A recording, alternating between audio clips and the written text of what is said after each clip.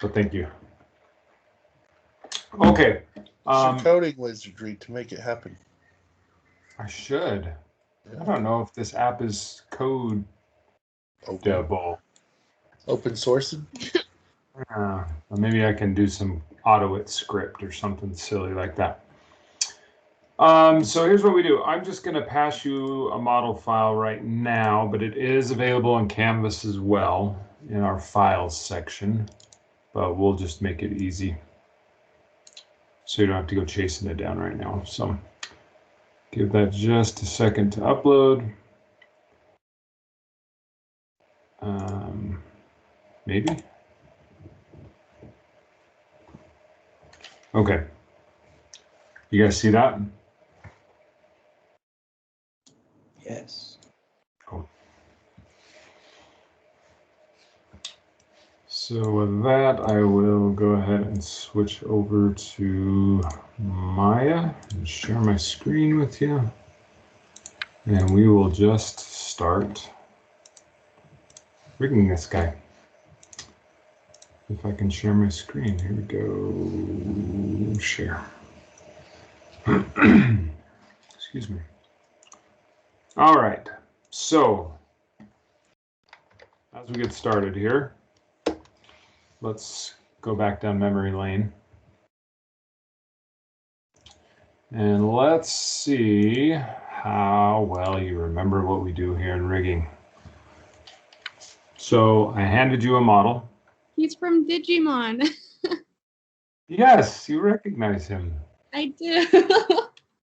I don't know Digimon, but I've had some people get excited about it. Oh my gosh, it is They're him. digital monsters. I call him Taco, but I think it's Takato or Takato, or I have no idea.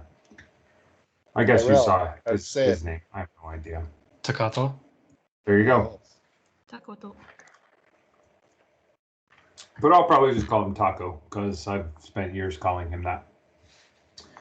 Okay, so here we go. You're the rigging artist, and here's the model. Someone just handed it to you, and it's your job to rig it. So what do you do next in your process of rigging? Let's just say here's rigging. You cry. Okay, let's start with that. After you wipe the tears, check your hierarchy. Sad tears. Oh, those are some awesome tears.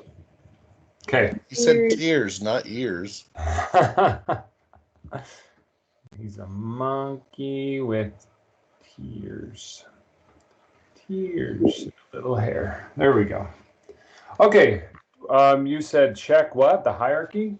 Yeah, make sure it's all labeled correctly. Okay.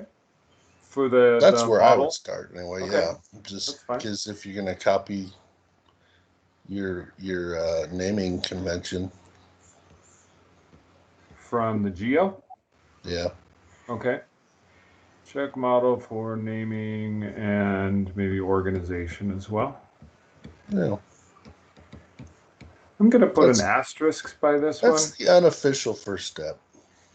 Yeah, exactly. This is one that not every modeler is going to name things correctly, and sometimes we have to do that job for them, but it is good to kind of check it out. I can see that. Sierra, yes, absolutely. Freeze, transforms, and delete history, or make sure that those things have already happened. Good. Okay. What else? Oh, joints. Good. So we're going to create your clusters. Clusters. Okay, and that's a part of this process, is doing clusters. What is that clicking noise? What are you doing? I have a Wacom. Oh. So is it this sound? Yeah. Yeah. And my camera and mic are attached to the monitor, so sorry if that's annoying.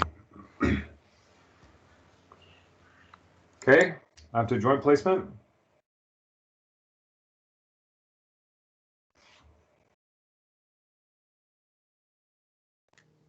Yeah, those joints. All right, controls. Okay. I need to orient the joints. Thank you. I kind of forgot. I just added that in as part of joint placement, but we will make a special little note there.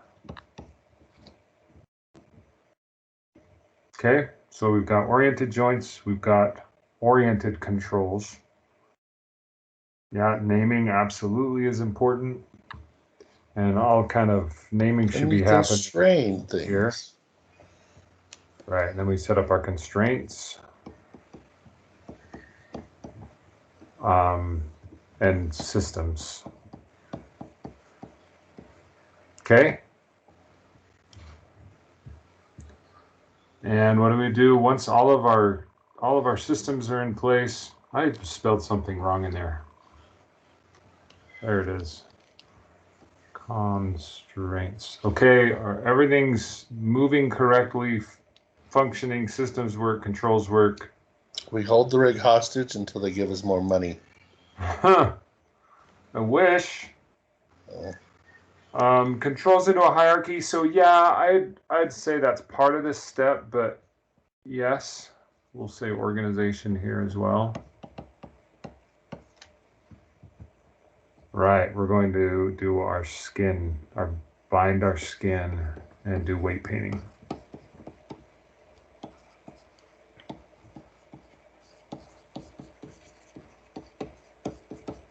Okay.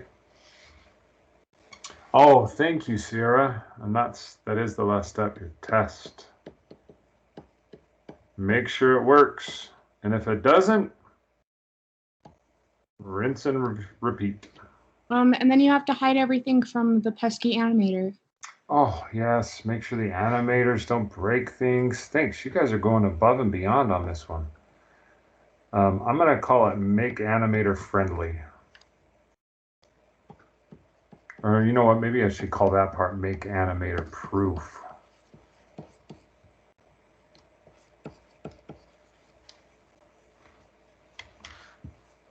Hide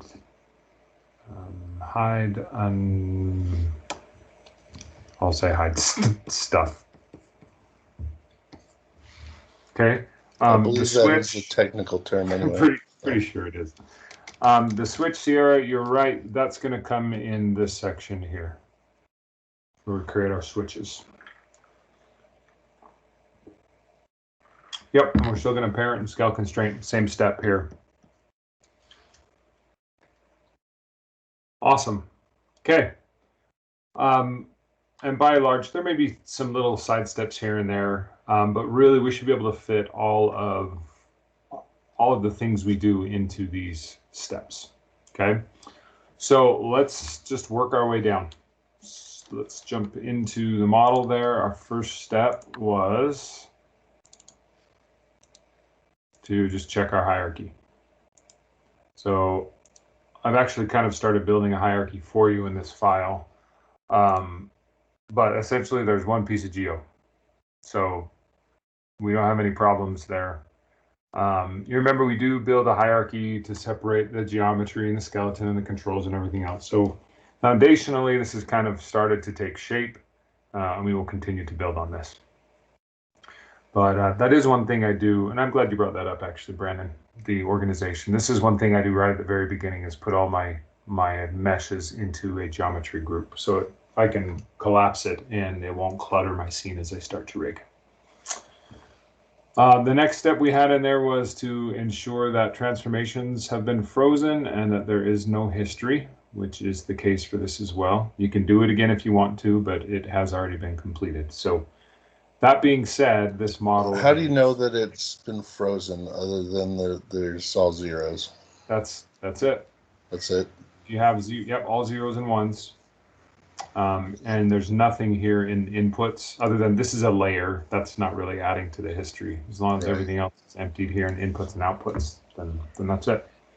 I mean, I guess, no, that is it. It is frozen. You probably ought to check and make sure like the parent groups haven't been scaled, which I have done already. But you know, if your geo was created outside of a group, and you froze it there and then grouped it, you would be assured that that was the case. Okay. So yeah, good question. As long as it's zeroed out, reset to default transformations, you are good to go. All right, so next is our joint placement step. So we were using clusters. And clusters are a great tool. It's an easy thing to teach. And there's a tool already that's creating this icon at the center of our points. However, clusters can be a little bit problematic. And they've kind of fixed this in newer versions of Maya, but when you try to snap something to them, sometimes they don't actually snap to the pivot point. They have like this funny little offset to them. And I haven't had that problem recently, like I said. Let's see here. Let's create that edge loop, deform cluster. And let's just create like a locator here. I'll hide the mesh. And I'm just going to hold V. Pardon me? What's a locator? I don't think I've ever seen that. Oh, okay. Give me a sec. We'll talk about locators. Okay.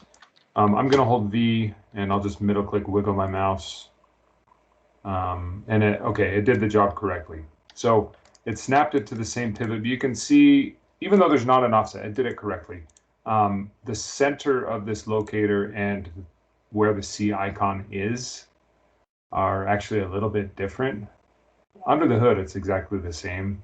But visually, can be a little bit deceiving. I think I find a lot of students do kind of say, wait, what? That's not where I want it to be. And like I said, sometimes Maya does actually create an additional offset. It'll like snap to here instead of up to that pivot point. So we'll get into the conversation about locators here. But I want to encourage, we're going to actually start writing up a little bit of a tool that will create a locator in the center point instead of a cluster, just because we do have that snapping issue, and kind of true center is not indicated well. So yeah. Is there any way you can zoom your hierarchy and your channel box in a little bit? Because when I went back and was watching those other videos, they're real hard to read at 720. As far as I know, I cannot do that. Okay. Luckily enough for you, we can control scroll on the screen to zoom in. Oh, you can on your own screen? Yeah, we can zoom in on your video with control cool. Scroll. Okay. So if we need to look at something in particular, we can do that. Do you know if you can do that in the playback? Probably not. I'm not 100% sure, but maybe. I imagine it's the same. I've done it before. We should be able to. Okay. In the playback you have? Yeah. Oh, that's way cool. I have a Mac though, so they do that automatically. I don't know if Windows does. Well, again, I have a Windows, and it does work, at least here, and the playback works exactly like the team meeting for the most part. It works for everyone. Cool. All right. Well, and I'm running Linux, so I'm not. I just wanted to sound like I was cool. That did sound like you were cool. Quick, do something in your command prompt. I know. I've got this cool skin that makes everything look like it's Windows 10. Nice. Cool, huh? Hot. Okay. Let's talk about locators really quick. That was under Create Locator. All right, and that just creates one of these little things, right? All this is, it's nothing special really. It's a transform node. It's no different than just creating an empty group, right? Remember, all of our objects, all of the geometry, all of the controls, the curves, everything in our scene has a transform node. That's what we see here in the outliner as well. The transform node is what tells our object where it appears in the scene, the translate, rotate, and scale values. Okay, if I come over here in my outliner and I right click and turn on shapes, you'll see for that piece of geometry, I can now expand this. And now it shows I have a shape node. So if we bring up taco again, okay, Taco, the shape node is the collection of vertices, you know, edges and faces, okay? But when I move this, I'm not affecting the shape node, I'm affecting the transform node, right? So anytime I move something in the scene, rotate something, scale something, I'm affecting the shape, the transform node. The shape node is just the collection of vertices that are underneath it. When I create a locator, it's the exact same thing. I've got a transform node that allows me to move this around in the scene. And then if I expand this, I have a shape, and that's just this little three-way cross thing here. And it doesn't render, a locator doesn't render. It's just kind of a little helper tool. If you've ever used 3ds Max, or there are other softwares that have things like this and they call them helpers. And in Maya, we just call it a locator. And really, that's all it is. It's a transform node. I mentioned a group, right? I created this group. A group has a transform, a location in the world, but a group, at default, does not have a shape. So there's nothing there that I can see or select. The only difference between that and a locator or even a mesh is just there's a shape associated with the transform node, and that's it. Okay. Isn't that the same thing with a cluster, though? Mm-hmm. Yeah, cluster's the same. I have a cluster that's called a cluster handle. That's my transform. And then I have the cluster handle shape, and that's the one that's actually doing this deformation. That's the cluster handle shape. Yeah. And again, this method will work just fine, but I find that, again, sometimes it is a little bit confusing, and sometimes Maya doesn't operate correctly when you try to snap to a cluster handle for some reason. So I do want to give you a slightly different technique for that. If clusters aren't working, then you say go to locators. Yes, or I'd say just use locators. Okay. Okay, forget about clusters. Yeah, I want you to know it works, but you don't have to use it. Okay. And I mean, this is a good time. We're going to sidestep here and do a little bit of scripting because this is something you'll use forevermore. I use it on everything. I use it for rigs, for joint placement. I use it for controls. You vertically say your shortcuts out. I'll verbally say my shortcuts out loud. Did I do shortcuts? I'll do my best. I didn't know I did any. Oh, do I still have that no board? Oh yeah. Hold on a second. Where are you, no board? Would it help to have a floating on-screen keyboard? Yes. You could go and look at later.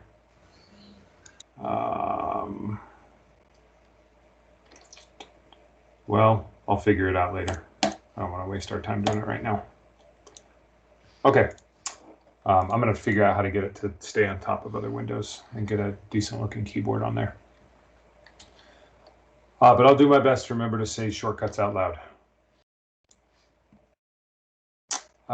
What was I doing? I was going into PyCharm. So the idea here is we want to create a script that will take whatever our selection is, it will find the center of that selection, create a locator, and snap it into the center of that place, okay? So let's just go into here. Okay, and as a kind of that pseudocode step, I mostly just kind of laid out what our goal is, but you guys kind of think through it with me. Let's just call this locator. Okay, I know you can zoom in on that. Yeah, I will zoom in on this one. Okay, so let's just import our CMDS. Okay, and I'm going to create a function here. We'll just call it create.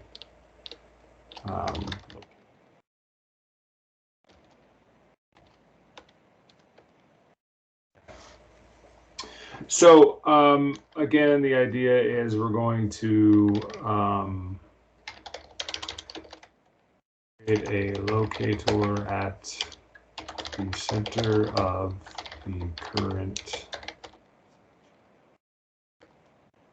So we will. I don't want to take a lot of time with this, but I want you guys to speak up. What might my order of operations kind of look like?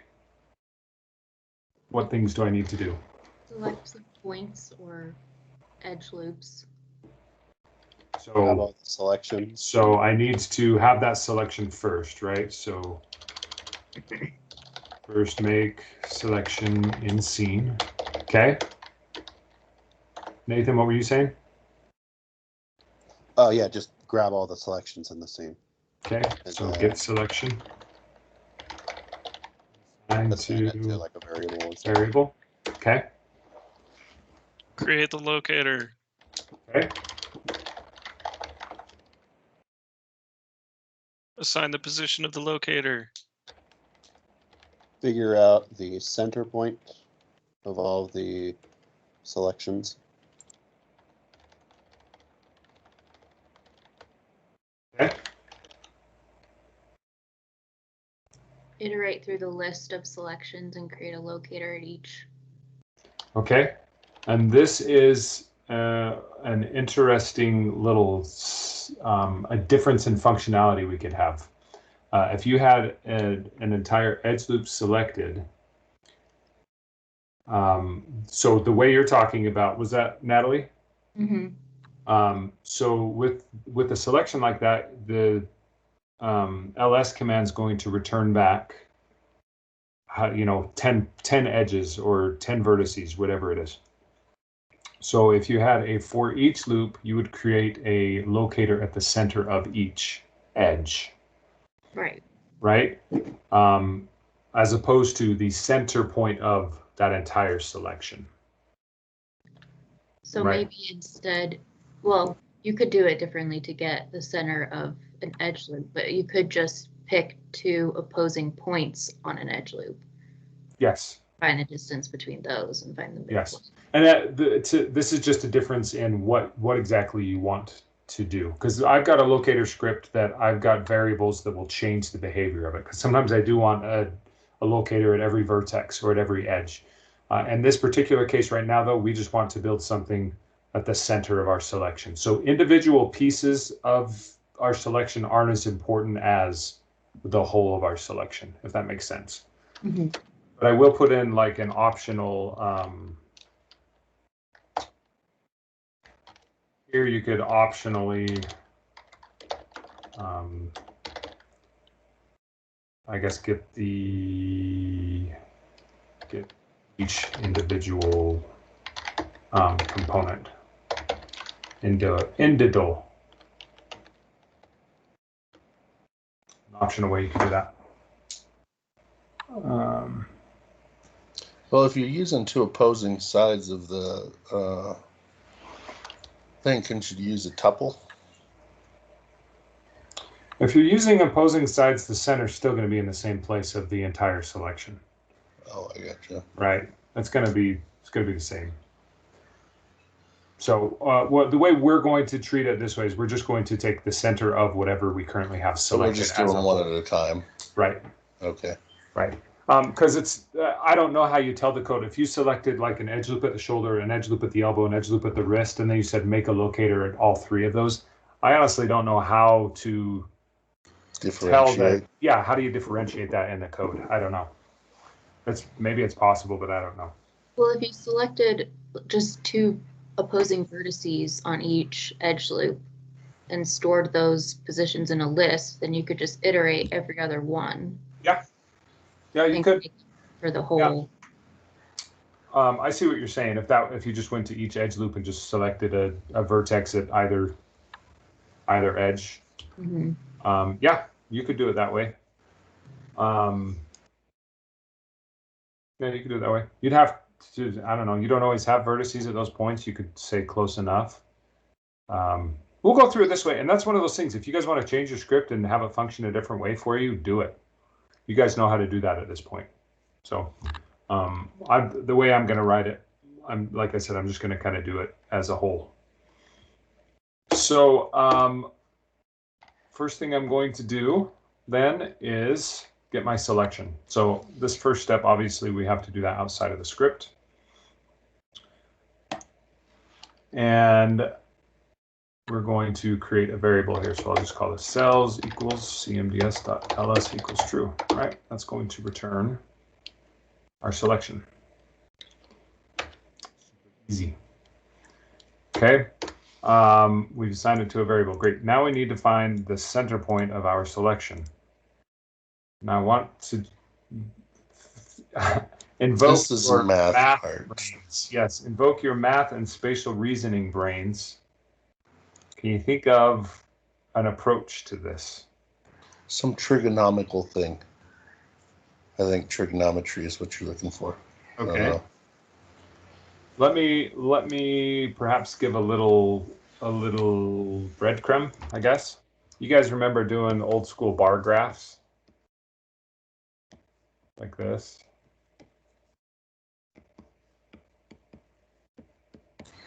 They changed math, so I don't know. I know the way my kids do it now. New math. Aren't we looking for a dot product? Alexis, it is a possibility, but it does limit what you're able to do as well. I have had students do that in the past, and yeah, it's perfectly reasonable for this exact instance that we're using. I won't say it doesn't work. It works. But I always like to give you guys some more expand your brain as well. Yeah, exactly. So if I had a point here at -2, and I had a point at, let's make this a little easier. Let's say I had one at 4. Okay, how do I find the center? Natalie already nailed it, the midpoint equation. Can you tell us what the midpoint equation is?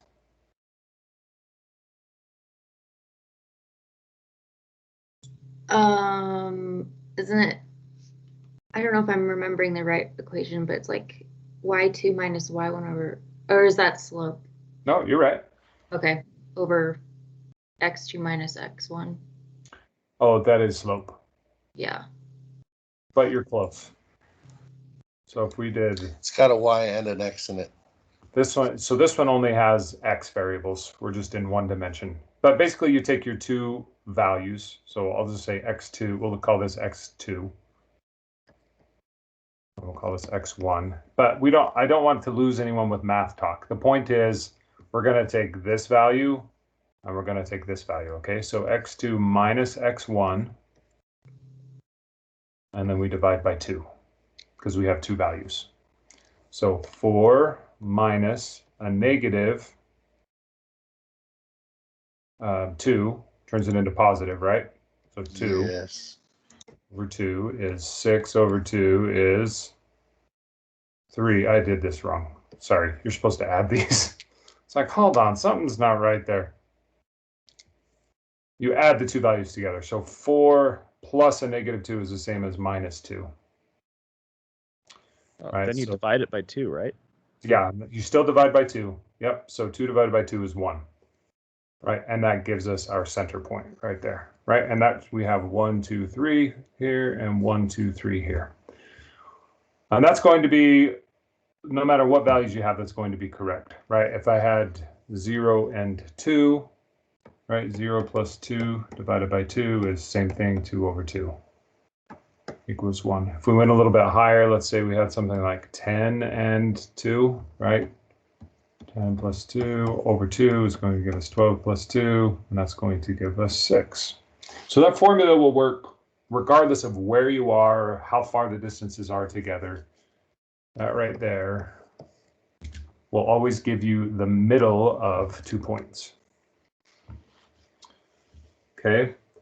Knowing that, can you think of, I know we don't have perhaps the coding, but just, or we don't have the coding experience of knowing where to find things inside of Maya right now, but can you think of a way that that could be useful? Again, if I had some selection that was kind of all over the place like this, and I selected all of those, how could that midpoint be useful? Couldn't you just do that with all of them and find the midpoint? Right. So Each one of those gotta has a grab, like, transform, the so X positions. I mean, those are all Y vector positions, 3s. And the Z positions. Awesome. And divide that by however many you have selected. And Right, for- and that would totally work, right? Yeah. We could add all of these positions together and then divide by 5. And we'd have to do that in X, we'd have to do that in Y, and we'd also have to do that in Z. And that would give us our vector coordinate, okay? We're gonna simplify it just a little bit. Let's say that we have depth to this as well. So let's draw like a bounding box around it. Let's say it looks a little something more like this. Right, and these are floating around all over in space. This one, well, it doesn't matter. The idea is you can see there's depth to this selection now, right? There's actually a script command in Maya that will do this. It will return the bounding box of whatever you currently have selected. And what it returns is this point down here. It gives you the X, Y, and Z value here. X, Y, and Z.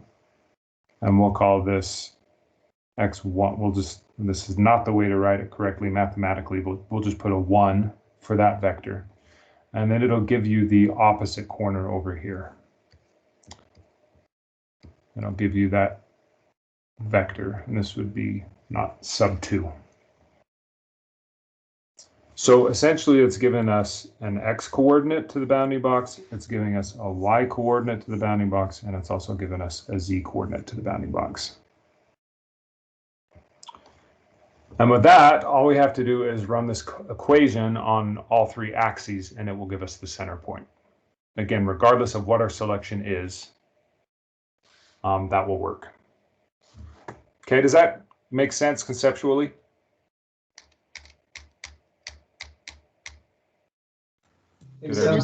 Yes. I don't know about others, but it does to me. vaguely. Just go ahead and do it. Alexis, am I getting the real thumbs up from you? She's known for sarcastic thumbs up. So. I know, that's what I'm saying. But if that's legit, I actually know math. I just don't know code. I can Okay. do a stupid math problem, no problem. But putting it Hey, into wait, code, that was an that's a little advanced different. math problem.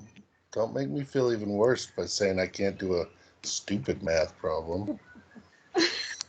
okay, but the concept makes sense. Yes. Okay, cool. All right, then from there, let's go over to our command library here. Let's take a peek at this command right here. Exact world bounding box. If you can read that. This command figures out an exact fit bounding box for the specified object or selected objects if none are specified. The bounding box is always in world space. So again, that's going to give us that. It's going to return the X, Y, and Z minimum and the X, Y, and Z max. So the extents of the box. And from there, we can figure out all the other corners. We just need those 2 vectors. And it returns those in an array? Or a list. But yeah, Okay. It returns them. Yep, and they'll be in that same order every time. X min, Y min, Z min, and then X max, Y max, Z max. Okay, so let's come back to Python now, or to PyCharm. We've got our selection, and now we need to create a bounding box. So I'll just call that bbox. bbox. And we're going to run that exact world bounding box command. Okay, let's take a look at the command again. We can specify objects. These other flags I don't think we really need. So let's come back here. And let's specify our objects. Our object, that's our selection. All right, so I'll take that selection, it'll create a bounding box, and it will return the min and max values to this variable bbox. Sorry, Alexis, I'm just seeing your question. Is that?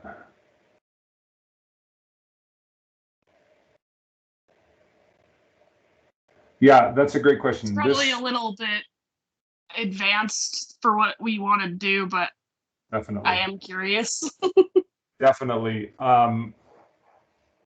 This one, actually using the other method that we brought up before, the idea of taking all of the vertices and adding their points together and then dividing, I want to say that would actually do what you're saying, because you'd have so many more points in one area that it would start to push the numbers more weighed more towards that direction. Is this kind of like making a collision box or like a box collider? Okay, great question. When I create, it's not actually making anything in the scene, Yeah. but it's telling me how big that box would actually be. And maybe this would be a great way to visualize it too. Let's take a sphere.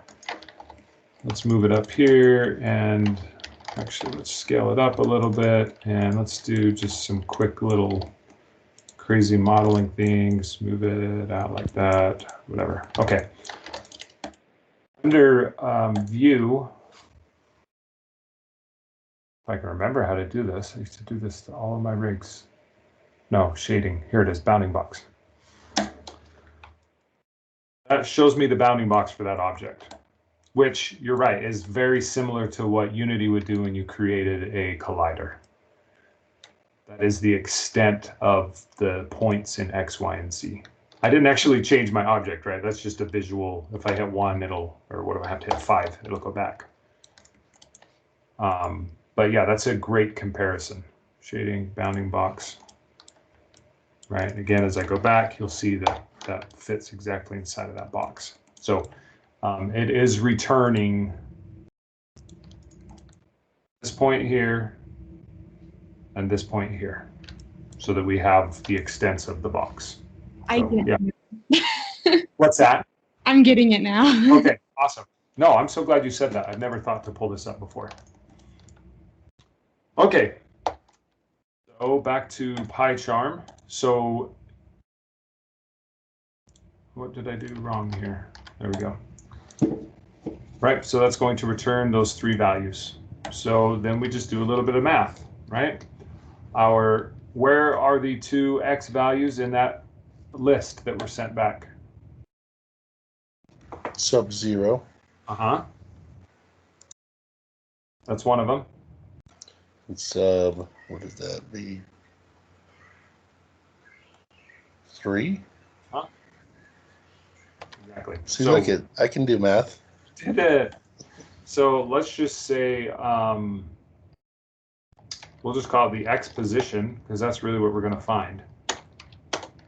And that's going to be at B box sub 0 plus B box B, right? Because that's where the minimum and the maximum values are that are returned. And then we need to divide the sum of those by 2. And that will give us the center of our bounding box in the X dimension. Wait, I'm so sorry. Where did you get 0 and 3? I might have. No, you're fine. So you remember, so B box, remember, yeah. We're returning the bounding box, the X, Y, and Z values, minimum and maximum values, returning those back as a list to B box. And it returns in this order: X min, Y min, Z min, X max, Y max, Z max. So this is a 0-based list. So this first value is index 0, and then we have 1, 2, 3, so on. Okay, I get it. Thank you. Okay, so for our Y position, what are we going to do for that?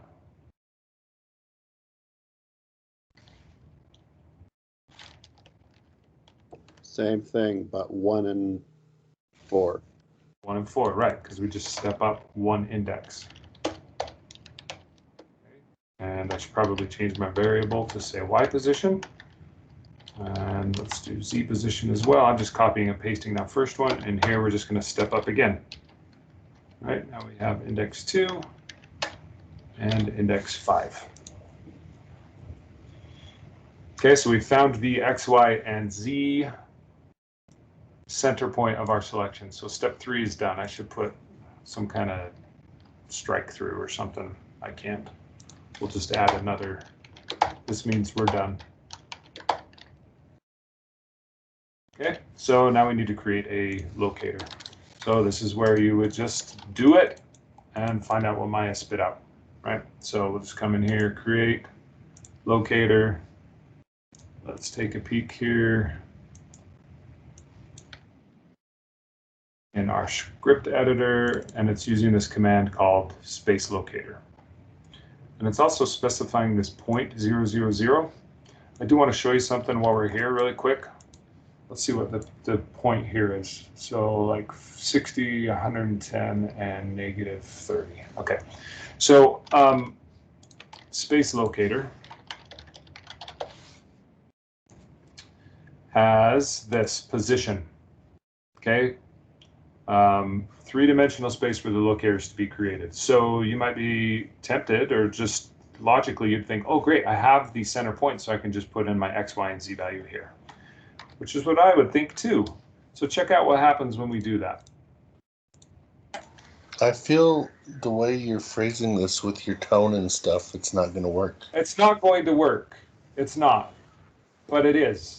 But it's actually not, and it's going to fool you. You're going to say, oh, it totally worked. And while I'm doing this, any idea, any guesses what it might actually do?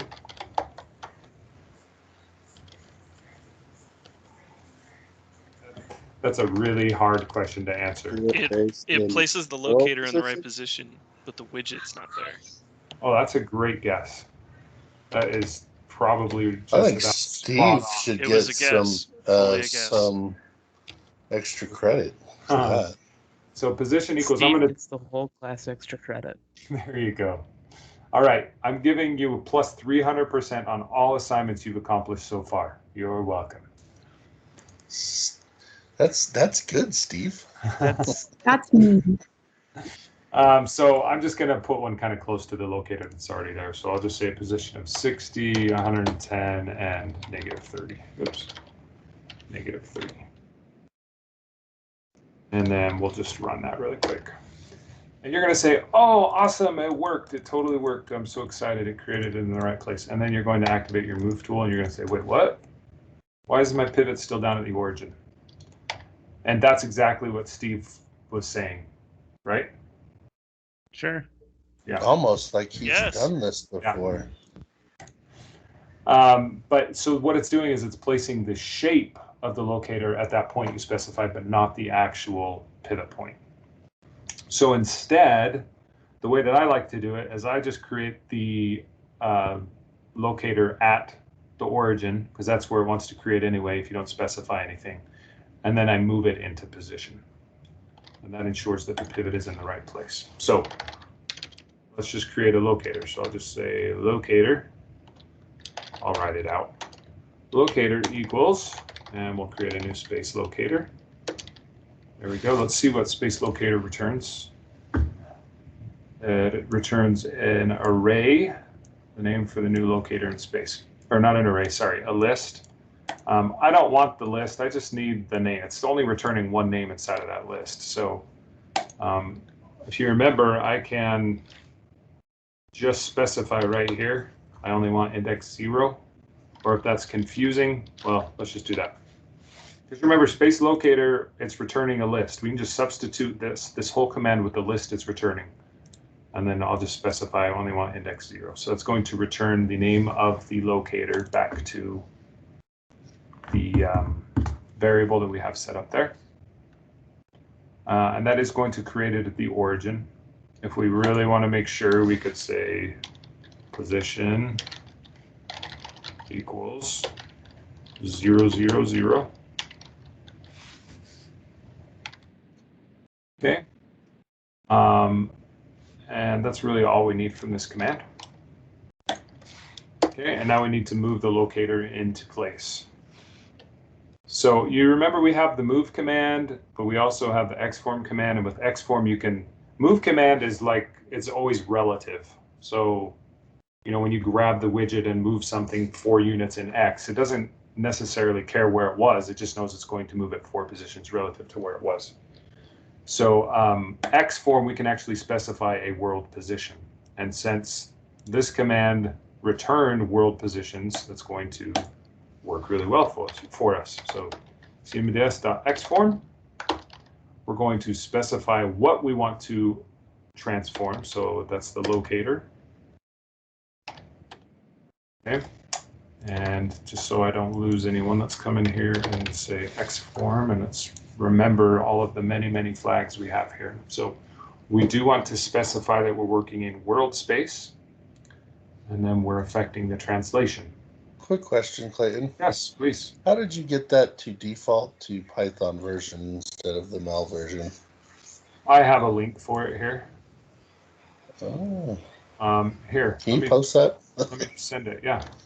I will tell you, if you go to, in case you ever forget or you update Maya or whatever, if you just go to the standard Maya help, down towards the bottom, we have technical documentation.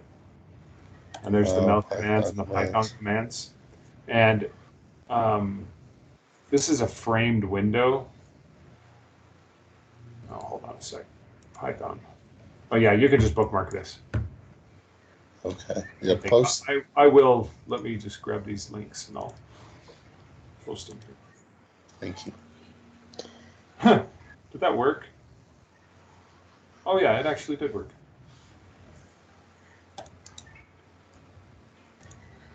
Copy. There you go. There's a link for either one. Nice. Shoot, I lost. I shouldn't have closed my window. So Python, and we're doing the Xform command. So again, we're affecting the world space. Oops, shouldn't have clicked on that. And the translation. So we're saying we want to translate this object to this exact X, Y, and Z coordinate in world space when we specify those flags.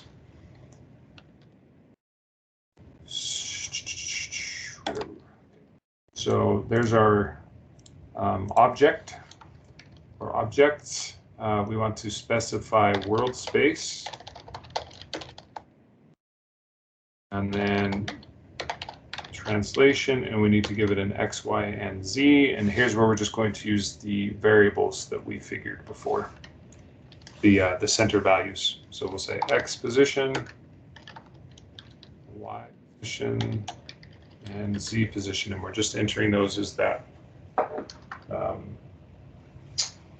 3-item vector inside of a list. Okay, and then just for funsies, to make sure things are working, we can just go ahead and select that new locator we created. So we'll just say locator, and I'm going to do R equals 2. That's just replace. So whatever is selected, it will deselect it, and then select this locator. Okay, so we created a locator, we assigned it into position, we should be good. For the sake of later on, should you ever need to return these, I'm going to go ahead and return the locator as well, if I can spell. Okay, so really it's a pretty simple script. Select something. The cool thing about this is it doesn't matter what you've selected. It could be joints, it could be like not components, but an actual piece of geometry. It can be curves, it can be anything. If you want to find the center of that selection, this will work for you. So it will find the bounding box, it will find the center of the bounding box, create a locator, move it to that center point, and then select that locator and return it should you ever need that in another function, for example. Okay. So I'll just copy and we will bring that back in here, and I'll paste it into a tab. And I didn't see who said add this to your toolbox, but yeah, add it to your toolbox. It's exactly what you ought to do. And let's just use this. That was Sir Connor. That was Connor. So let's just try this. Let's just select a grouping of vertices here. I'm going to run this once to load it into memory. And then let's just move these down a little bit. This isn't obviously how you would normally use this, but I just want to call that function now. Golly. Here we go. We'll just run that function. Oh, what did I do wrong? Not enough objects for this command, line 15. Well, of course, I totally typed that wrong. Let's go back to our code. This is supposed to be selection equals true. Again. You know what, I'll just put my function call here at the end. Create locator. Okay, and we'll run that whole thing. And there we go. We created a locator at the center of my selection. Okay, we could get a little crazier and do something like this. I just hit G to redo my last command. And then again, the idea here is I can use multiple objects as well. If I want the center point between these three objects, remember, it's not going to look for like the pivot point. It's going to look at the bounding box. So that's considering the entire mass of this model, not just its center point down at the feet. The entire mass of this model and this locator. I'll hit G to redo the last again, and now it's created a center point for all three of those. Okay. The other advantage of this, by the way, with a cluster, you are creating history on an object. You are creating something that if I say I wanted to move this, like this gets me really close to where I want to be, but I need to move it slightly into a different position. If you do that with the cluster, it's going to deform the object that you created the cluster on as well. So, I feel so centered now. Oh, that's so good. Okay, so that's a fairly simple script. I mean, we did that and I have a lot of white space there. That's probably 10 lines of code. 4, 5, 6, 7, 8, 9. And the function definition puts us at 10. So it's not much. But again, hopefully you guys can get an idea for, oh yeah, I could probably put something like that together. And once I start doing it dozens and hundreds of times, a script like this is going to save me a lot of time. Okay, so for the sake of today in this class, I'm just going to throw this up into a shelf. So I'm just going to select it all here and drag it in, middle click, drag it into my shelf. And let's just edit and call this icon label. Okay, and that gives me a little shortcut here. All right, so I'm going to pause for just a second for any questions you guys might have.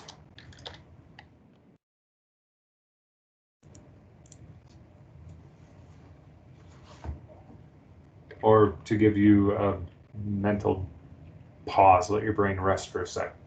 I guess, why would coding that be better than just going in and clicking locator and then doing G each time?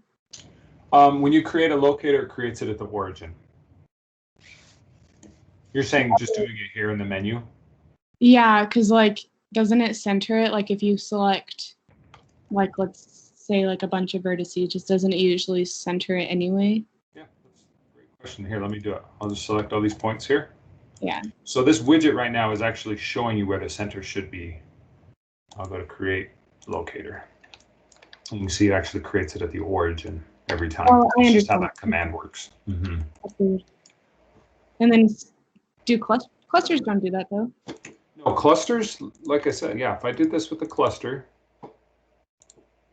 form cluster, that would be created at the right place. Alexa said, why don't I just do it with the cluster? Why don't I just write a script that just builds a cluster for me and then snap the locator there? Yeah, that's fine. That's perfectly viable. And then you could have probably have the script also delete the cluster because moving the cluster will deform your mesh. Yeah.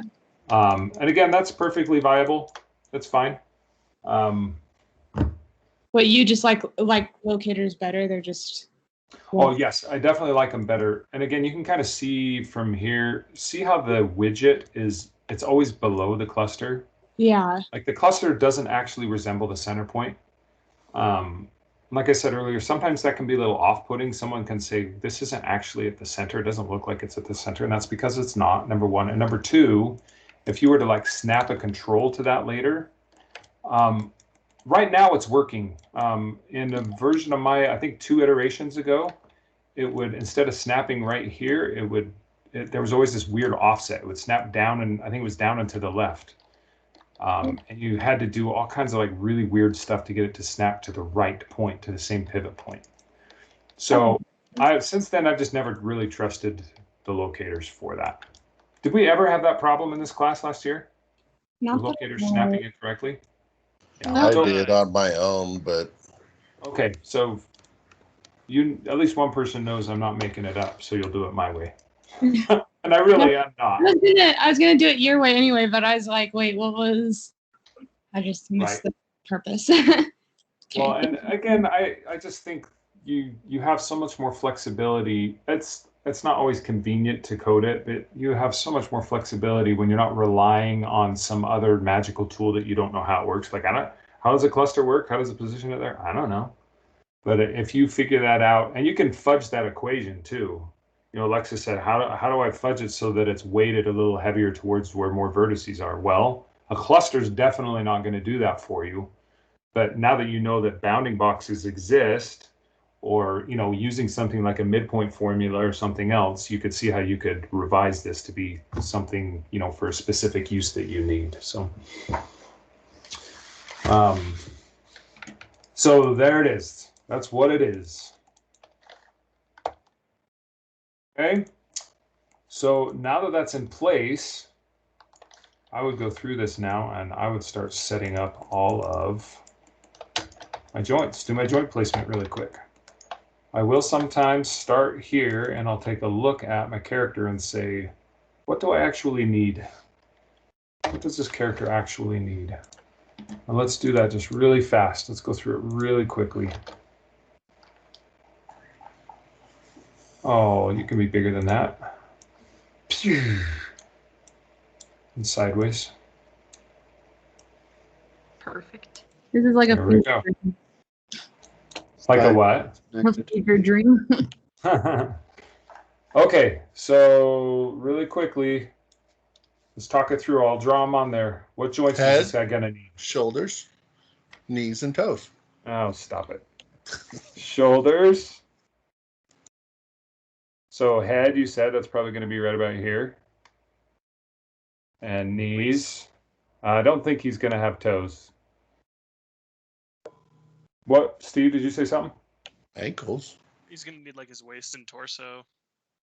Waist and torso. So we're going to have two joints here, if you remember. Okay. Spine, Elbow, wrist. So we'll have several in the spine, wrist, elbow. It's gonna need a root joint. Probably do two in the neck. So a root joint, I'll just write root. Because you're right, for game engines, we have to have a root as well. Maybe I'll And a just hip do it. joint. So we have hip, and so here we have hip, spine, or yeah, hip and spine. So all three of these are here. A root, hip, and spine. Okay, fingers. Dot, dot, dot, dot, dot, dot, dot, dot, dot, dot. You get the point. Oh, sorry. Maybe someone was saying hip and they meant here, because that's correct. We could call this the pelvis. Yeah. Let's rig his little hairs. You could if you wanted to. Oof. Absolutely. Or you could rig his little goggles. Yeah. Stretch off his face. Mm-hmm. Why has he got no eyeballs? Because that's cool. No, it's freaking me out. No, you do some Usually paint eyeballs on. Yeah, some painted. Yep, some anime style painted eyeballs on there. And because we don't have to rig them this way. The goggles are his eyes. There you go. Oh, that's weird. Okay, so this would pretty well do it. We can't see it from the side, but we'd also need one like in the ball of his foot. Sorry, we can't see it from the front. Oh, thank you. We need a clavicle in there as well. All right, so this is looking like that. This is all going this way. This is going that way. Something like that. And this is going up like that. Okay, great. So let's start. Digimon are the champions. And let's remember too, we're going to be able to mirror everything. So typically people will always work on the character's left side when they rig. Same thing with modeling. When you're going to have symmetrical modeling, typically you work on the character's left side, and then we'll mirror everything over to the right. So let's start here in the center. I like using a front view for this usually.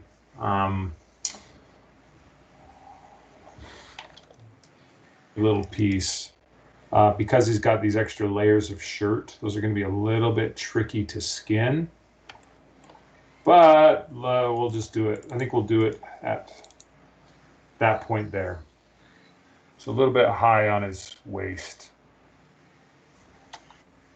So I've got the script now, so I'm just going to run it and create a locator. Okay, and I'm going to skip the other spine joints for right now. And I'm just going to do one up here at the kind of the high point of his spine. And I like to do this just below the armpit, not too high, like keep it below it far enough that you can imagine if that joint right there were to bend in half, and just let's say it creased right where that joint is, you don't want that crease to go across the chest and into the shoulders. As long as it's below it and in the armpit, you should be okay. So let's just select this edge loop here. Okay, and I'm going to create that locator. Let's take a look at it from the front. This is one of those cases where you might say, you know what, that's going to be that's a little too high for me. And you can even, sometimes I'll do this. I'll scale up my locator so I can see horizontally where that's going to come out. This one's probably fine. Let's say it's a little too high. I can bring this down some. Selecting that edge loop is going to make sure that it's center mass for that edge loop. But, you know, I can fudge this a little bit if I need to, and it'll still be okay. This isn't an area that has to be perfectly straight like in the elbows and knees where we have IK systems. So let's put it more or less there, and I'm going to scale this back down.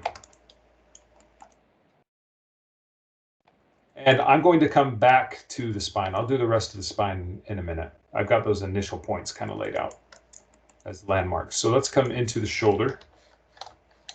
So I usually like to do my shoulders. If you were to imagine that the profile of the torso were to continue up through the shoulder, because again, we have to think about when I bend this, where is it going to crease? I don't want some weird crease that's in the middle of the torso, nor do I want something that's way outside of where the shoulder connects to the body.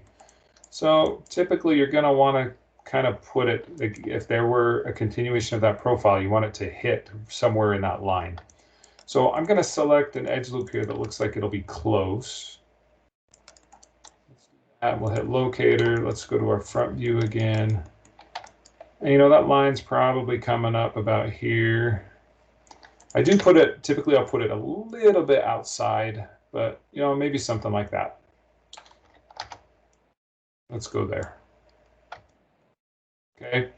And then when things are modeled correctly, generally elbows are super easy to place because they'll put 4 or 5 edge loops in the right place. You usually just grab the center one, which I'll do there. And again, we'll just hit locator or just hit G if that was the last command. We'll come up here to the wrist. Again, think about where you want it to actually bend to create a crease. I don't want that to happen here in the middle of the cuff of the glove. I'm going to come down here, and I have geometry that will support that as well. Okay, so we'll select that area in the wrist. I'll hit G again.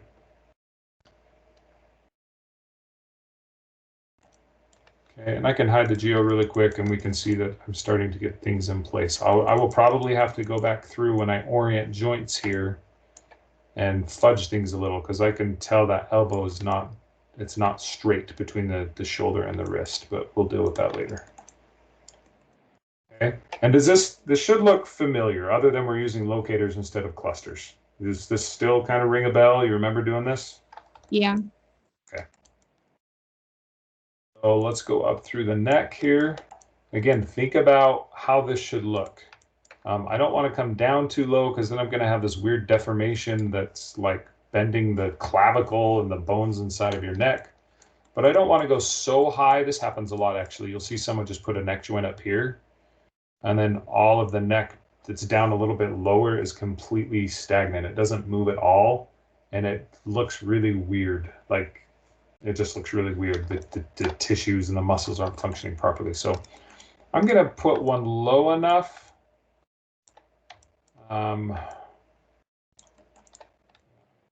Flip this right here. Put one right there. So again, I'll just hit G or click my little locator button. But again, the point was it's low enough that I still can get some deformation going down to the area of the clavicle, but not so low that I'm actually bending bones inside of his body. And his neck is pretty short. You know what? I'm changing my mind. His neck is so short. I'm just going to use the one right above it. And these are things you guys, you fudge around with them all the time. Oftentimes I'll build a skeleton, skin it, just a really rough skinning, and see how the joints feel. And if it's not right, then I'll change things after that. Okay, and then we got to think about the head, and the joint for the head. It's really kind of at the base of the neck. You know, it's up a little bit higher. You can use the base of the neck there because it helps centralize it. Create a locator, and you can see that's too low. So I'm actually going to bring that up a little bit, bring it up into the head, kind of follow this line of the neck. Okay, and that just kind of helps me to center it a little bit in that volume. So something like that, and I'm happy for his neck and head. That's really all we're going to need there. Okay. We've already got a location for the pelvis, right? We're just going to piggyback the spine, the pelvis, and the root. The root doesn't have to be in the same place. We just have to have a root. It could be down at the origin, but we do need that for certainly for the pelvis and for the spine, for spine joint. Okay, let's work our way down into the hip. This model is not bad, but I prefer when the edge loops of a model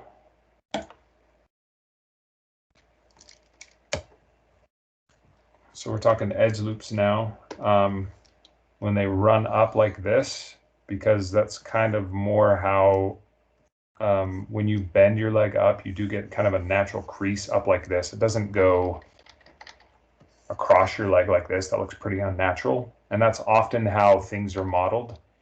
You get a little bit of a, I don't know, they'll model kind of a loop here around the crotch area, and then things will kind of start doing this.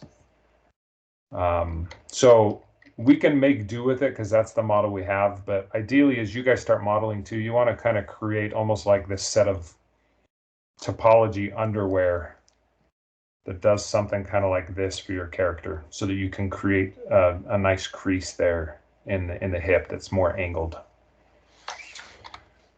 We can go over things like that as well.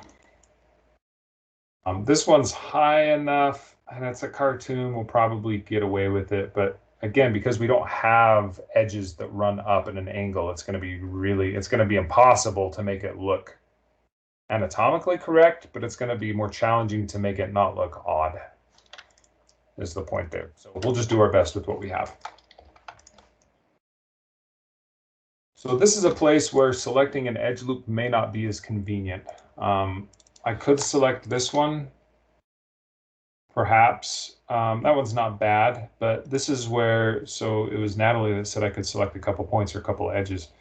This is where I actually put that into practice, and the script will account for that because it's just finding the center of the bounding box of whatever I have selected. So I might just select a couple points here. I'll create my edge loop. And that's, again, think of this crease coming up almost to that nub on the edge of your pelvis. I can't remember the iliac crest. Is that what it's called that's out here? Kind of think of that diagonal there. So I'm going to bring it up a little bit, even though I won't be able to entirely pull that off. Bring it up just a tad. Something like that.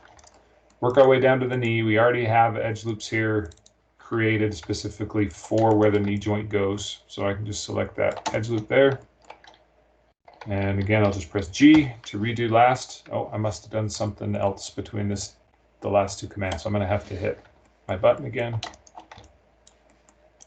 Let's take a look here at my ankle. This part's kind of interesting. you know, when you have high tops on and you bend at the ankle, actually, it's been so long since I've worn high tops. I know there's got to be a little bit of flex in the front of the shoe. I don't know about the back of the shoe, but the reality is if I bend his ankle clear up here and I don't bend the shoe, like if his ankle was that high, he's got some serious problems, right? So we're just going to bend the shoe. It has to bend or else our character is going to look pretty bizarre. So just think, where would his ankle actually be? Might be a little bit high, but I'm just going to select that edge loop. Let's come look at the side. Let's create a locator. And might be a little high. I'm going to bring it down just a little bit. I'm sort of limited by the amount of edges and vertices that I have in place. That's all I have to paint, which means if I can't make this look right with this limited number of vertices, then there's nothing I can do with it. And hopefully I don't know if that makes sense right now or not. If I only had,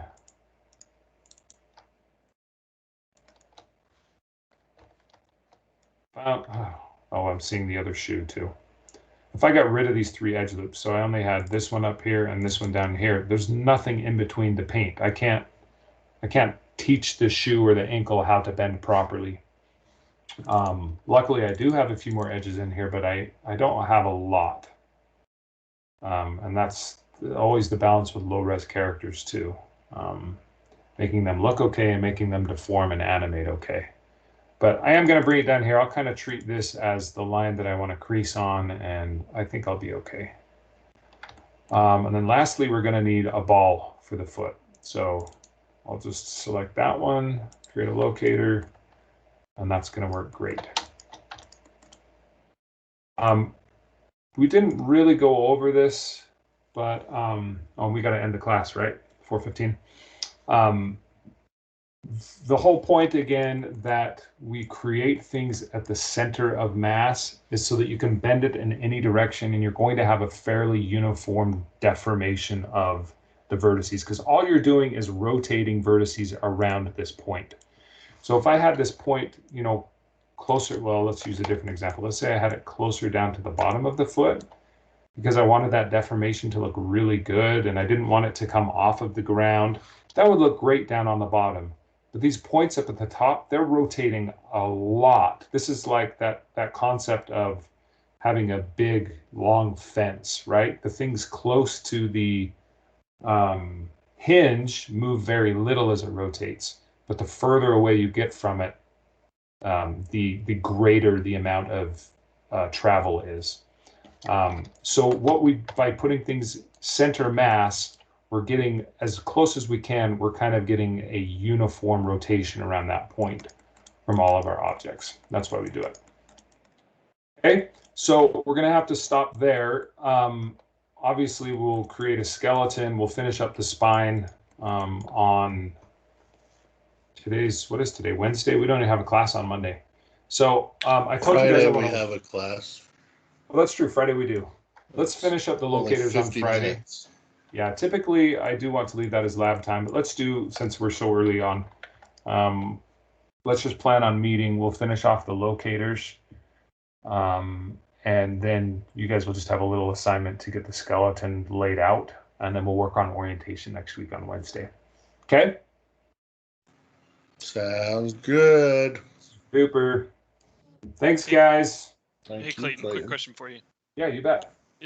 Is there like an X-ray so that you can see locators through the geo? There is an there is a, oh no, I'm thinking of Blender right now. Oh, I swear there's kind of an Maya X-ray. has an X-ray thing too. There it is. So under shading, X-ray. It's not like X-raying joints where the joints will show through the mesh. Unfortunately, that does not exist.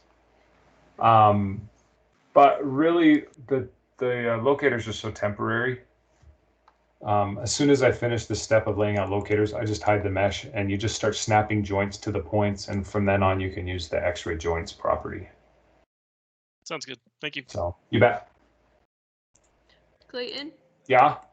can I talk to you after class? Of course. Do you want me to? You want to do I'm like wondering, do we get out at 4:40 or 4:15? Oh, you're totally right. It's 4:40. Oh, you're totally right. I am wrong. Did anyone leave? I was so excited to take a nap. Oh, left? man. Well, no, this is good because then we don't have to meet on Friday. You guys can work on Friday. Okay, I could take a nap on Friday. Yeah. No, thank you so much, Katie.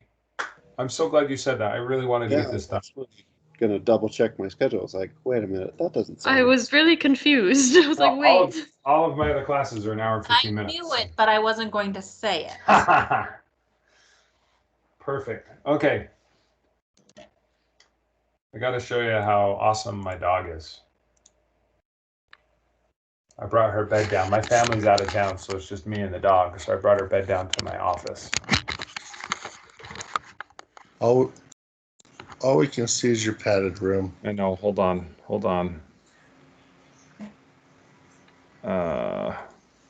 She's like, okay, sure. I'll just lay on the floor. That's amazing. Because I'm an idiot. It's better That for your makes me back. happy. I guess so. All right. Oh, shoot. What did I do? Should we all turn on our cameras next class, but it's just our dogs? Yeah, let's just do dog day. I mean, I have a I'm cat. a dog. This It is has to fair. be dumb things that your dog does. I'll try to catch a rabbit. Oh, that'd be fun. Yeah. All right. Let's keep going. I gotta open my door. I'm dying. I'm imagining Brandon in these Looney Tunes like trap scenarios trying to get a rabbit. Brandon is Elmer Fudd. Come on, rabbits. All right. Rabbit season. Let's keep going then. We've got our locators for everything but fingers. Fingers are super easy because of the topology. And then we've got to finish up the spine and put in a clavicle. That. Start here with the fingers. So your thumb is the one interesting joint. Let's come back to the thumb. You know, the geo here pretty much dictates exactly how you're going to put your joints in. You always need supporting edges to the side of your joint so that there's actually some way to maintain the volume in between. These fingers Is that at least 2 edges, like one to each side? Yes, one to each side. I prefer at a minimum to have 5 edges, but I have left this one as is. Just, I don't know why I decided to leave it like that. But So let's say you're rigging this for an actual company. Yeah. Would you go in and add 2 more edge loops? No. When No. you are the rigger, you are You don't mess with the geometry. you are not allowed to mess with Okay. geometry. If I thought it was going to be an issue, I would send it back and say, we need to change this. Okay. This is why. So, yeah. That's good great question. information to have. Yes, sir. And so we're going to work that way. We'll just say, this is the model. We send it back and they said, sorry, this is what it is. So we'll work with it. So the easy ones are going to be the second knuckle. So I'm just going to select that middle edge loop and we'll just create a locator, right? We'll just go all the way across for each of these. Super easy. Okay, so that knuckle is done for the 4 fingers. I also, sometimes I like to do one down here at the tip of the finger, just so it gives me something to orient towards. For this knuckle to orient towards the second knuckle. Sometimes people put joints there, but they don't do anything functionally. Again, they're just kind of to help orient the joint before it. So I'll just select that last vertex. Yeah, just imagine your finger moving there. That'd be really weird. Yeah, that would be really weird. So I'll just create one there at each tip. Okay, and then let's work our way down here. I just hit F there to focus in on my vertex selection. Trying to make sure I didn't miss anything. Okay. So oftentimes you can't really select an edge loop here. Oh, that one I can. Oh yeah, it's these ones here. Because these vertices come together, I have a pole. So sometimes I will actually just select like a top and bottom vertex. Oh, I can't do it on this side. I'll do it on the next one. I'm going to select this edge loop that will let me select this edge loop. We'll create a locator there. So this one here, sometimes I might do something like select this top vert. And then I don't have a bottom one right below it, but I could select these two that are opposite, and it would just still find the center point that's going to be close enough. When you don't have edge loops that work really well, you just find the best selection you can to be at the extent of the volume so that you can still center it in the center of mass, or get as close as possible. And then again, if you have to go in and fudge it, you can go in and fudge it. Let's do the same thing here. I'll select this vert and these two opposite. So that one's maybe going into the hand a little further than I'd like, so I could bring that out a little bit. I will just leave it for now though. And we'll select this edge loop. Okay. Just remember, I know early on I said select an edge loop, create a cluster, whatever. We use this whole technique. Just know that that does not always create it in the right place. Oftentimes it gives you a really good starting point, but it doesn't mean that that is absolutely 100% the ideal place for that joint. The more you do this, the more you'll kind of get a feel for what is and what isn't. Those where they are for now. So the thumb, I'm just going to put one here in that center edge. I'll just hit G. Do one down here at the tip, so I have something to point to. Okay. This joint's always kind of a little bit interesting. The thumb's a little bit different too, because is my hand showing? Sort of. You guys can see me down in the corner, maybe? Yeah. Okay. We can see you. So we've got, the thumb's a little different. You're going to have a joint for the base of the thumb. I mean, if you guys go like this with your thumb, you can see it rotates from much further inside of your palm. And you get that crease, that kind of cool crease down in the middle of your thumb, or the middle of your palm. So we're going to put the base joint of the thumb more here-ish. And the second joint is going to be out here. And I kind of like to think of the thumb the same as I do with that shoulder joint. I want to kind of create or think of the kind of the profile of my hand, of my palm, if it were to continue through. And I usually put the thumb joint just a little bit outside of that so that we can create a crease there, right on the outside of the palm. Here, I already kind of have some edge loops laid out for us. And this is one of those cases where it's like, if I don't put it more or less at the center here, I have no topology there to create a crease. So I'm kind of like, I don't really have options. But it's in an okay place. It's not a great place. I'd prefer to be able to bring it in towards the palm a little bit more. But again, it is what it is. So I'm going to select that edge loop. We'll create the locator. Just because of the way that was positioned, you can see from the top, this direction, I'm not centered very well. So I'm going to grab that and I'm just going to move it back a little bit in the thumb here. Get something a little better centered in the cylinder of the thumb. And the rest of it, I'll just kind of live with for now. Probably forever. Okay, and then let's look at the palm here. We kind of have this edge loop that we can use to create that crease up the palm. And again, if you look at your own thumb, that crease, it kind of occurs almost in the center of the palm, right? So we need a joint that's going to rotate more or less from there. So I'll actually just go into vertex mode and let's just select maybe that top and bottom vert, if you can see those. And I'll create a locator there. And then kind of think about the arc of the thumb. It's kind of in the y-axis. I know it's kind of hard to visualize. But it kind of has an arc up towards the center of the palm. And you want to make sure that that is an arc, that it doesn't come up and then suddenly drop down or suddenly it slopes up. We want to have something that is kind of gradual. But really where it puts it is pretty okay in the center of the palm there. Even move it back just a tad. Again, just thinking of that arc to the joint chain.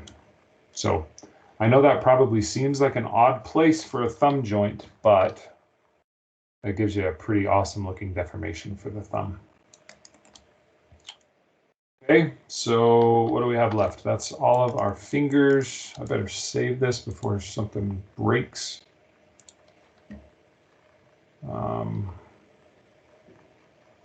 Yeah, I'll just put it there for now.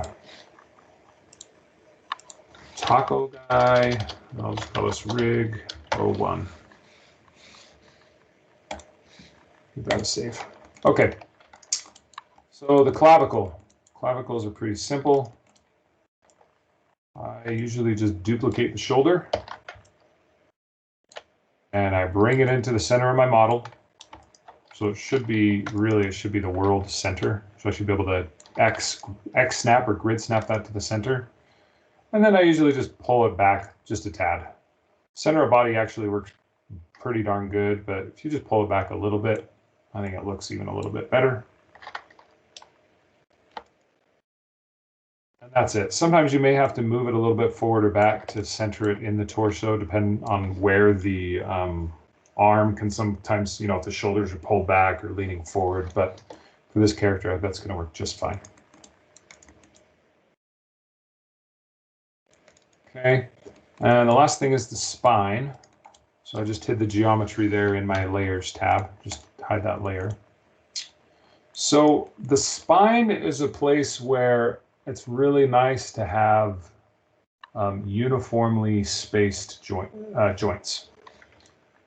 So they're all whatever, 5 units or whatever units apart from each other. So there are a number of ways that we could set this up.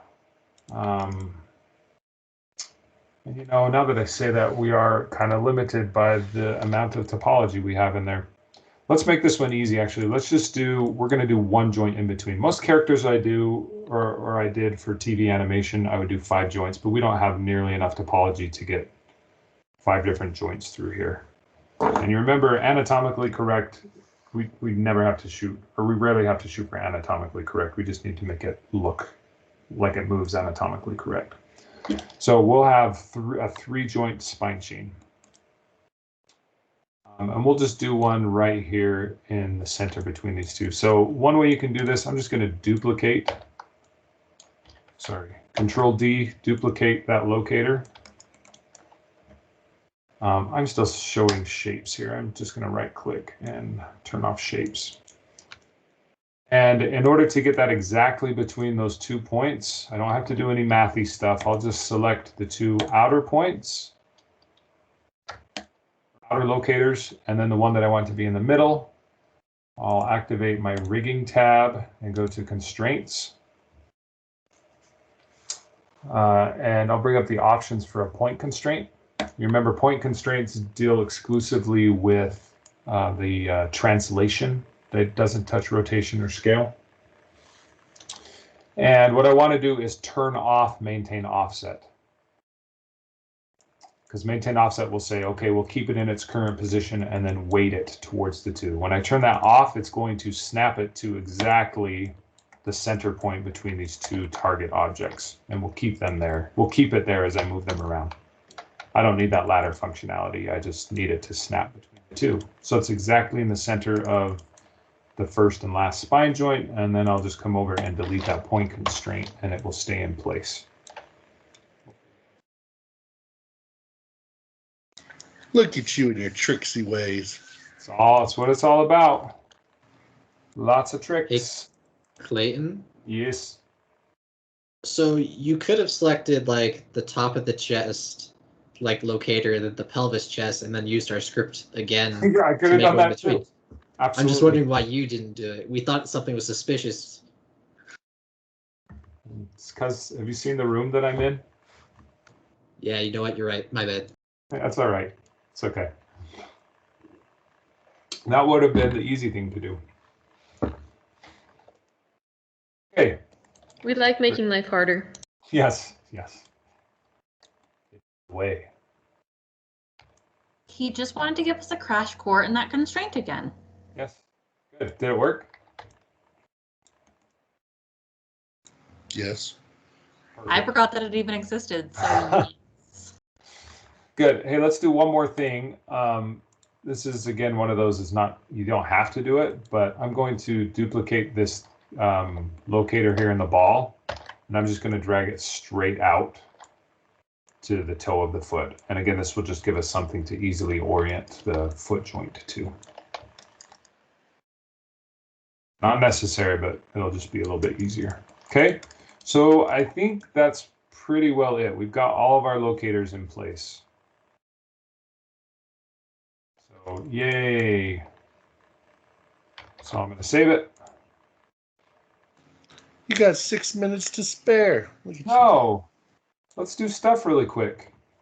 So what you'd want to do now is create a joint for every one of those locators, and more than one joint for the one that's supposed to have both the spine and the pelvis in it. Wouldn't it be nice if you took a minute and wrote out a little script that did something like this and created a joint at every one of your selections? So you could just select all of the locators, make joints, and then be done with the locators. Yes, it would be. We're not going to do that right now. Can you show me your Maya history? Sure. And then click that button. Sure. All it's going to do is not tell you anything, actually, Oh, because it's just running a function. But you guys, seriously, get your selections, loop through your selections. For every one of those, create a joint and position it at the same place as whatever you have selected. Done. That's super simple script. I'm confident you guys could figure that out. Yeah, it is. They don't have to be orientated or anything? You will orient them after the fact. Yeah. Okay. Right now, we just need to have joints. And would it be possible to write the script to orientate them as they're placed with this? Or is that just going to be too... Yeah, so Maya, when you create joints with the skeleton tool or the create joint tool, it does that. If I snap these, it will automatically try to orient these. Right. But it doesn't always do a good job. It rarely does what you actually want it to do. Oof, so it hurts. Yeah, being as you don't have that script created right now, you have one of two choices. Take a few minutes and write a script that will save you loads of time in the future, even though it might take a little more time here at the front end, or you can go through and use the Create Joints tool and just hold V and snap joints to every one of these locators. Right now, the hierarchy does not matter at all. Oops. Well, if you want to create that, though, if you want to create them in the hierarchies, that's fine. That's not going to hurt anybody. It might bother you to see joints like this, but usually I'll just go through like this, and if I don't have it scripted, just create a whole bunch of joints. It's like connect the dots. Kind of is. And you're not doing a very good job, though. I'll just press enter, and I've got all my joints created. And then I'll go in and select every one of my joints and hit Shift P and unparent them. And that gets rid of all that nonsense. You don't have to worry about it. Okay. And then I'm done with my locators. I can select all my locators and I can just delete them now. All right, so by Wednesday we should be here. By Wednesday you should be here. Yep. You should have all your joints created. So on Wednesday we'll start getting into hierarchy. You can build your hierarchies now. I'm sure you guys can figure a hierarchy out, but we will build a hierarchy. We will start working on, actually don't do your hierarchy yet. Because we'll do that with orientation on Wednesday. And then we'll get things mirrored. Okay? Okay, so just get the joints placed. Sounds good. And, oh, no, I lied. Get the joints in and get them named. Oh, and name them. Yep. One by one. One by one. But you have a tool that will help with that. Yes. Yeah, the one with the hashtags and the... Exactly. But you know what? Let me take that back too. Don't do it yet. And then we can make sure that everyone does it the same. I'd love you to go. You can do it. I'll go over it again, and it'd be nice if we all did it the same as we walk through this rig. Yeah, that's smart. Let's do that. So just get it to this point, and then we'll see you guys on Wednesday. All right. Have a good weekend, Clayton. Thanks, you too, guys. Thanks for Can I sticking around. still talk to you? Absolutely. Do you want to do a private chat? Either just or, here? I don't care. I don't care either. Bye. I mean, See everyone's yas. leaving, so we can just stay. Yeah, you're fine. Go for it. You've got the floor. Hey, so are we not having class on Friday then? Or is Oh. it just like a work day? Yeah, we'll use it as a work day. I'm available if you need anything, but I would just use it as a work day. Yeah. Oh, will we stay on? Because my thing told me that I only have 5 minutes left on it, like 5 minutes ago. Oh, that's just warning me so that I let you guys go for class. I think it'll keep running. If it doesn't, Okay. then whatever. Well, here, let's just do it. Let's just go switch over. I'll give you a call. Okay, cool. Okay. Thanks, guys. See you later. Thanks, I Clayton. am available on Friday if you need anything. Okay. Sounds good. Okay. Okay. See y'all.